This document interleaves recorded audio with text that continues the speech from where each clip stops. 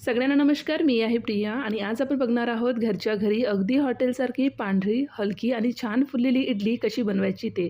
ही इडली ना घट्ट होते ना जड. चटणी आणि सांबारसोबत नाश्त्यासाठी एकदम परफेक्ट आहे. चला तर मग वेळ न घेता रेसिपीला सुरुवात करूया. तर हे इडली तयार करण्यासाठी सुरुवातीला आपण 1 वाटीपर्यंत उडीदचं डाळ घेतला आहे. या डाळीला आपण 2दा पाण्याने स्वच्छ असं धुवून घेणार आहोत.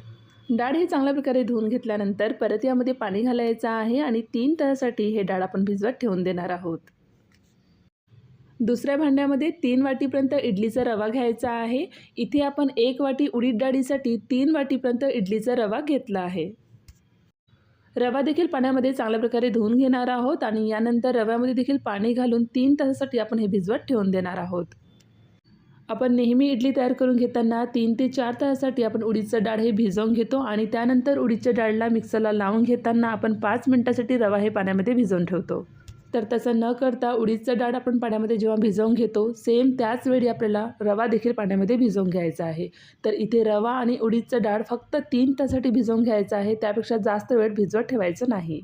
तर रवा देखील पाण्यामध्ये आधीच भिजवून ठेवल्यामुळे इडली मऊ पिठासारखी फुललेली एकदम सॉफ्ट असं बनून तयार होते. तर यावरती झाकण लावून फक्त 3 तासासाठी आपण हे बाजूला ठेवून देणार आहोत. 3 तासानंतर यावेळी झाकण हे काढून घ्यायचं आहे. रवा आणि डाळ हे चांगल्या प्रकारे भिजले गेले आहेत. आता पाण्यामध्ये भिजवत ठेवलेले रवा हाताने घट्ट असं पिळून एका मोठ्या भांड्यात काढून घ्यायचा आहे. पूर्ण रवा हे भांड्यामध्ये काढून घेतल्यानंतर आता उडीदच्या डाळीला मिक्सरच्या भांड्यामध्ये काढून घ्यायचं आहे. पूर्ण डाळ हे मिक्सरच्या भांड्यात काढून घेतल्यानंतर यामध्ये थोडंसं पाणी घालायचं आहे. फार पाणी घालू नका आणि मिक्सरमधून छान बारीक असं वाटून घेणार आहोत. तर अशा प्रकारे एकदम बारीक असं वाटून घेतल्यानंतर आता हे बॅटर रवा असलेल्या भांड्यामध्ये काढून घ्यायचं आहे. यानंतर या दोन्ही मिश्रणाला हाताने चांगल्या प्रकारे मिक्स करून घेणार आहोत. हाताने मिसळल्यामुळे पीठ अधिक फुलतो आणि इडली सॉफ्ट बनून तयार होते. पिठाला चांगल्या प्रकारे मिक्स करून घेतल्यानंतर यावरती झाकण लावून 8 ते 10 तास किंवा रात्रभरासाठी हे आंबवण्यासाठी ठेवून देऊ. दुसऱ्या दिवशी सकाळी यावरील झाकण हे काढून घ्यायचं आहे. बॅटर हे छान असं फर्मंट झालेलं आहे. एकदा चमच्याने मिक्स करून घेऊ.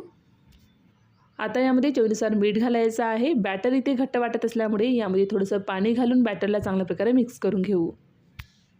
तर इडलीसाठी बॅटर हे बनवून तयार झालेलं आहे. तर तुम्ही इथे बघू शकता बॅटर जास्त घट्टसुद्धा नाही आणि जास्त पातळसुद्धा नाही. तर अशा प्रकारे बॅटर हे तयार करून घेतल्यानंतर आता आपण इडली बनवण्यास सुरुवात करूया.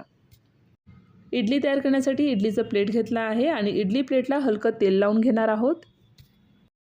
बॅटरला साच्यामध्ये भरून घेताना पिठाला हलक्या हाताने ढवळून साच्यामध्ये भरून घ्यायचं आहे. साच्यामध्ये जेवढं पीठ मावेल तेवढंच पीठ हे भरून घ्यायचं आहे. आता बाजूला गॅसवरती इडली भांड्यात पाणी हे गरम करण्यासाठी ठेवलेलं आहे. पाण्याला चांगल्या प्रकारे उकळी आल्यानंतर इडलीचे प्लेट्स हे इडली भांड्यात ठेवायचं आहे. पाणी इथे नीट उकळलं पाहिजे तेव्हाच इडलीचे प्लेट्स हे भांड्यात ठेवायचं आहे. इडलीचे साचे हे भांड्यात ठेवल्यानंतर यावरती झाकण लावून मध्यम आचेवर 10 ते 12 मिनिटापर्यंत आपण हे वाफवून घेणार आहोत. इडली वाफवून घेताना गॅसची आच मोठा करू नका, नाहीतर इडली हे कडक होतात आणि कमी गॅस ठेवलं की इडली हे नीट फुलत नाही. जवळपास 10 मिनिटांनंतर याला झाकण काढून घ्यायचं आहे आणि ओल्या बोटाने इडलीवरती टच करून बघणार आहोत. तर हे बघा इडली इथे चांगल्या प्रकारे बनून तयार झालेली आहे. इडलीला जास्त वेळ वाफवू नका, नाहीतर ते कडक होतात आणि प्लेटमधून बाहेर काढून घेताना इडली हे थोडंसं थंड झाल्यानंतर प्लेटमधून बाहेर काढून घ्यायचं आहे. तर हे बघा गरमागरम मऊ मऊ सॉफ्ट असे इडली हे बनून तयार झालेली आहे. जितके इडली लागतील तेवढी इडली आपण तयार करून घेऊ शकतो आणि उरलेल्या बॅटरला फ्रीजमध्ये ठेवून दुसऱ्या दिवशी परत इडली हे तयार करून घेऊ शकतो. तर गरमागरम या इडलीला नारळाची चटणी किंवा सांबारसोबत आपण हे सर्व करून घेऊ शकतो.